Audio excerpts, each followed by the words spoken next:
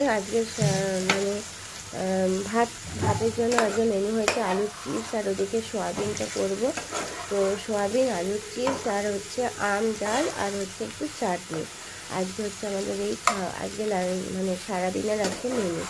তো গরম পড়ে গেছে, গরম পড়ে যাওয়া মানে হচ্ছে আম ডাল, আলু পোস্ত, ডাঁটা আলু পোস্ত, এগুলোই সচরাচর। আর গরমকালে আম ডাল পেলে মানে আর কিছুই চাই না, এরকম একটা ব্যাপার। তো যদি ভালো লাগে অবশ্যই অবশ্যই তোমরা ভিডিওগুলো দেখবে। আম, আমিও সবার মতন ব্লগ স্টার্ট করেছি, তো সবার পাশে যেমনি তোমরা আছো, আশা করি আমার পাশেও তোমরা থাকবে। আরও নতুনত্ব ভিডিও পাবে প্রত্যেক দিন ভিডিও আপলোড করব আমি। তো আমার পাশে থেকো তোমরা।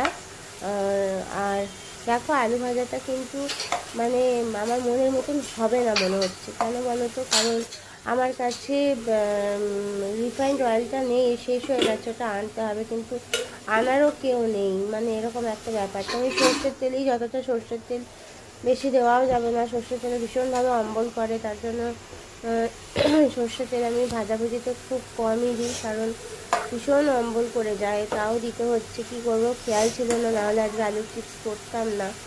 তো আলুর চিপস সবসময় করতে হয় ছাঁকা তেলে।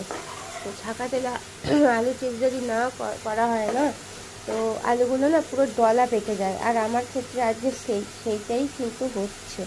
তো যাই হোক, করেই যখন ফেলেছি খেতেও হবে। আর এই দেখো, এখন বাজে বিকেল 5:30, আর আমাকে ওষুধ খেতে হচ্ছে।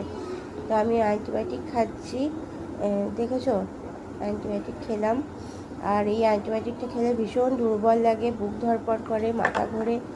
তো সত্যি মানে দেখতেই পেলে আমি কতটা অসুস্থ। তো যাই হোক, তোমাদের যদি ভালো লাগে আমার ভিডিও, আমার ব্লগ, আমি খুব ছোট্টখাট্ট মানে পরিবারে বিলং করি, ঠিক আছে, মিডিল ক্লাস ফ্যামিলিতে বিলং করি। তো যাই হোক, সবার পাশে যেমনি তোমরা আছো, আমার পাশেও থেকো। আর ভালো লাগলে অবশ্যই কমেন্ট করো, খারাপ লাগলেও কমেন্ট করো। তো আমি বারবারই বলি, কমেন্ট কিন্তু করো, লাইক করো, শেয়ার করতে ভুলবে না। তো চলো, টাটা, দেখতে থাকো পুরো ব্লগটা। তো আরও নতুনত্ব তোমরা ভিডিও পাবে প্রত্যেক দিন। তো চলো, টাটা, বাই, গুড বাই।